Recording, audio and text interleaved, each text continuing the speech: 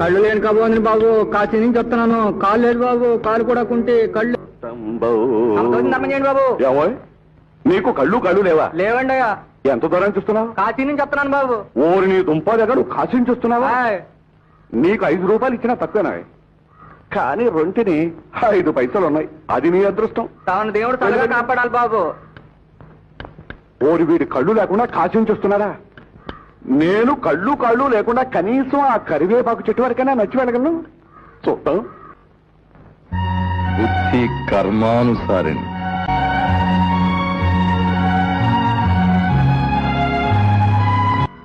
చాలా కష్టమే.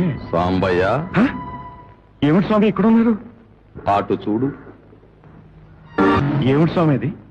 నీకోసమే వేశానయ్యా, డబ్బు మూట.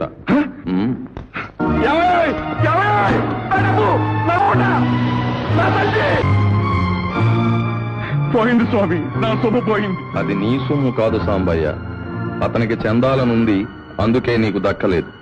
దీన్నే ప్రాప్తం అంటారు. ప్రాప్తం కాదు స్వామి, ఇదంతా నా ప్రారంభం. స్వామి, అంతగా నాకు ఇవ్వాలనుకుంటే నా చేతిలో పెట్టొచ్చు కదా, ఆ రోడ్డు మీద ఎందుకు పెట్టారు? నీకు ప్రాప్తం లేనప్పుడు చేతిలో పెట్టినా నీకు దక్కదయ్యా. ఏ దొంగో వచ్చి నీ తల బద్దలు కొట్టి